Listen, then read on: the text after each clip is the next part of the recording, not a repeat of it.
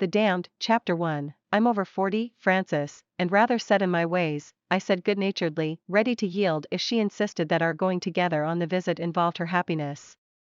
My work is rather heavy just now too, as you know.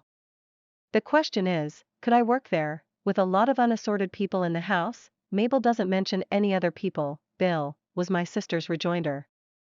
I gather she's alone, as well as lonely, by the way she looked sideways out of the window at nothing. It was obvious she was disappointed, but to my surprise she did not urge the point, and as I glanced at Mrs. Franklin's invitation lying upon her sloping lap, the neat, childish handwriting conjured up a mental picture of the banker's widow, with her timid, insignificant personality, her pale gray eyes and her expression as of a backward child. I thought, too, of the roomy country mansion her late husband had altered to suit his particular needs, and of my visit to it a few years ago when its barren spaciousness suggested a wing of Kensington Museum fitted up temporarily as a place to eat and sleep in. Comparing it mentally with the poky Chelsea flat where I and my sister kept impecunious house, I realized other points as well. Unworthy details flashed across me to entice: the fine library, the organ, the quiet workroom I should have, perfect service, the delicious cup of early tea, and hot baths at any moment of the day, without a geyser. It's a longish visit, a month, isn't it? I hedged, smiling at the details that seduced me, and ashamed of my man's selfishness, yet knowing that Francis expected it of me. There are points about it, I admit. If you're set on my going with you, I could manage it all right. I spoke at length in this way because my sister made no answer.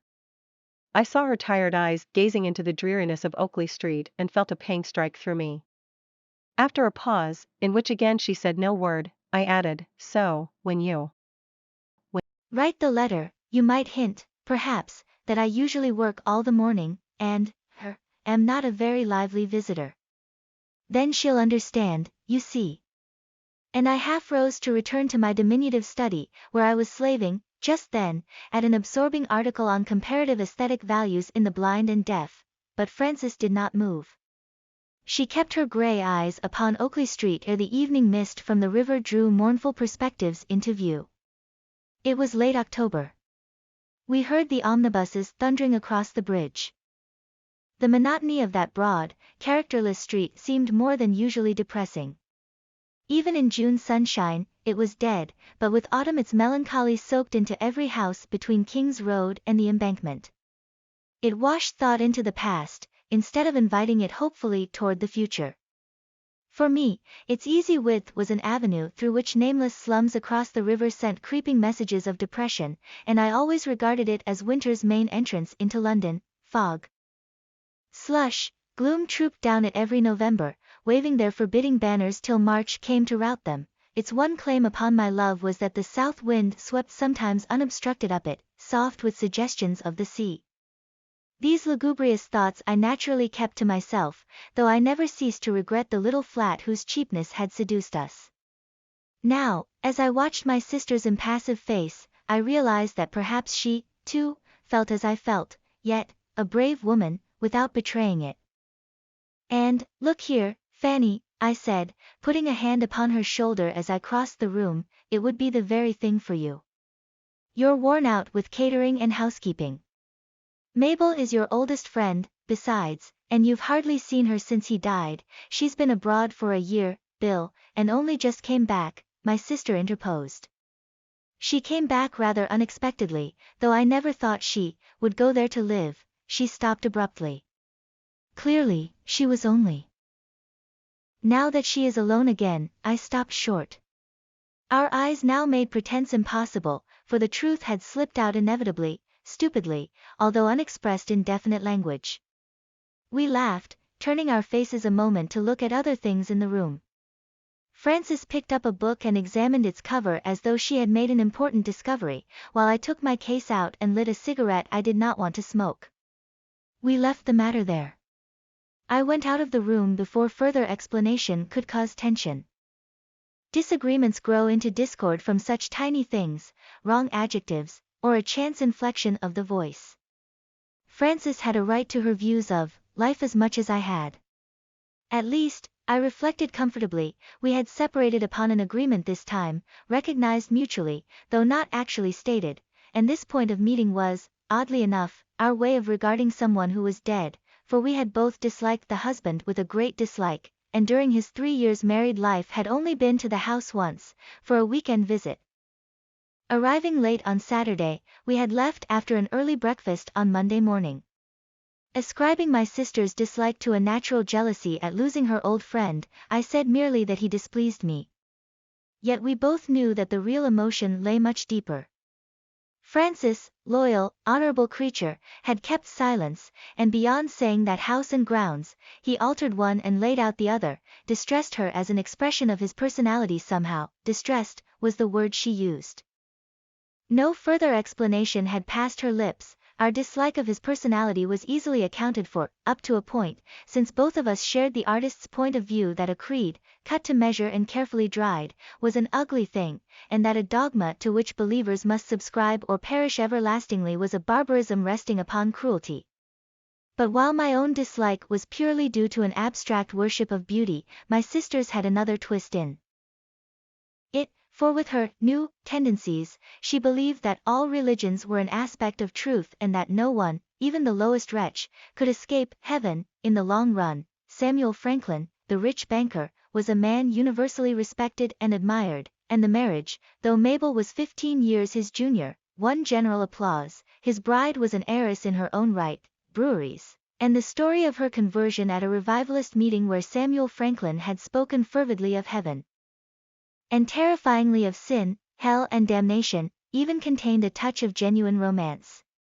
She was a brand snatched from the burning, his detailed eloquence had frightened her into heaven, salvation came in the nick of time, his words had plucked her from the edge of that lake of fire and brimstone where their worm dieth not and the fire is not quenched. She regarded him as a hero, sighed her relief upon his saintly shoulder, and accepted the peace he offered her with a grateful resignation. For her husband was a religious man who successfully combined great riches with the glamour of winning souls. He was a portly figure, though tall, with masterful, big hands, his fingers rather thick and red, and his dignity, that just escaped being pompous, held in it something that was implacable. A convinced assurance, almost remorseless, gleamed in his eyes when he preached especially, and his threats of hellfire must have scared souls stronger than the timid, receptive Mabel whom he married. He clad himself in long frock coats hat buttoned unevenly, big square boots, and trousers that invariably bagged at the knee and were a little short. He wore low collars, spats occasionally, and a tall black hat that was not of silk. His voice was alternately hard and unctuous, and he regarded theaters, ballrooms, and racecourses as the vestibule of that brimstone lake of whose geography he was as positive as of his great banking offices in the city. A philanthropist up to the hilt. However, no one ever doubted his complete sincerity, his convictions were ingrained, his faith borne out by his life, as witness his name upon so many admirable societies, as treasurer, patron, or heading the donation list. He bulked large in the world of doing good, a broad and stately stone in the rampart against evil. And his heart was genuinely kind and soft for others, who believed as he did. Yet, in spite of this true sympathy with suffering and his desire to help, he was narrow as a telegraph wire and unbending as a church pillar. He was intensely selfish, intolerant as an officer of the Inquisition. His bourgeois soul constructed a revolting scheme of heaven that was reproduced in miniature in all he did and planned. Faith was the sine qua non of salvation, and by faith he meant belief in his own particular view of things, which faith, except every one do keep whole and undefiled, without doubt he shall perish everlastingly. All the world but his own small, exclusive sect must be damned eternally, a pity. But alas, inevitable. He was right, yet he prayed without ceasing, and gave heavily to the poor, the only thing he could not give being big ideas to his provincial and suburban deity. Pettier than an insect, and more obstinate than a mule, he had also the superior, sleek humility of a chosen one. He was churchwarden too. He read the lesson in a place of worship either chilly or overheated, where neither organ, vestments, nor lighted candles were permitted, but where the odor of hairwash on the boys' heads in the back rows pervaded the entire building. This portrait of the banker, who accumulated riches both on earth and in heaven, may possibly be overdrawn, however, because Francis and I were artistic temperaments that viewed the type with a dislike and distrust amounting to contempt. The majority considered Samuel Franklin a worthy man and a good citizen. The majority, doubtless, held the saner view. A few years more, and he certainly would have been made a baronet. He relieved much suffering in the world, as assuredly as he caused many souls the agonies of torturing fear by his emphasis upon damnation. Had there been one point of beauty in him, we might have been more lenient, only we found it not, and, I admit, took little pains to search. I shall never forget the look of dour forgiveness with which he heard our excuses for missing morning prayers that Sunday morning of our single visit to the Towers. My sister learned that a change was made soon afterwards, prayers being conducted after breakfast instead of before. The Towers stood solemnly upon a Sussex hill amid park-like modern grounds, but the house cannot better be described, it would be so wearisome for one thing, than by saying that it was a cross between an overgrown, pretentious Norwood villa and one of those saturnine institutes for cripples the train passes as it slinks ashamed through South London into Surrey. It was wealthily furnished and at first sight imposing, but on closer acquaintance revealed a meager personality, barren and austere. One looked for rules and regulations on the walls, all signed by order. The place was a prison that shut out the world. There was, of course, no billiard room, no smoking room, no room for play of any kind, and the great hall at the back, once a chapel, which might have been used for dancing, theatricals, or other innocent amusements, was consecrated in his day to meetings of various kinds, chiefly brigades, temperance or missionary societies. There was a harmonium at one end, on the level floor, a raised dais or platform at the other, and a gallery above for the servants, gardeners, and coachmen. It was heated with hot water pipes, and hung with Dorés pictures, though these latter were soon removed and stored out of sight in the attics as being too unspiritual.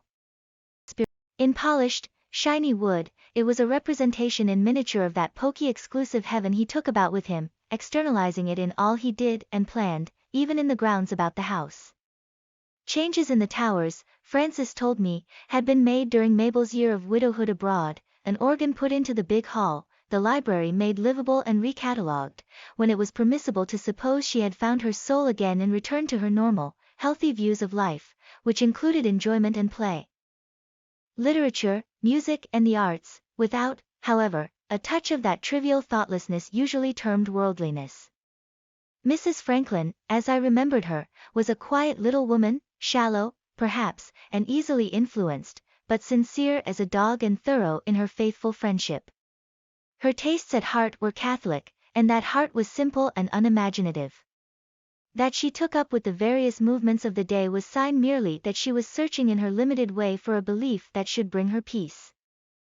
She was, in fact, a very ordinary woman, her caliber a little less than that of Francis. I knew they used to discuss all kinds of theories together, but as these discussions never resulted in action, I had come to regard her as harmless. Still, I was not sorry when she married, and I did not welcome now a renewal of the former intimacy.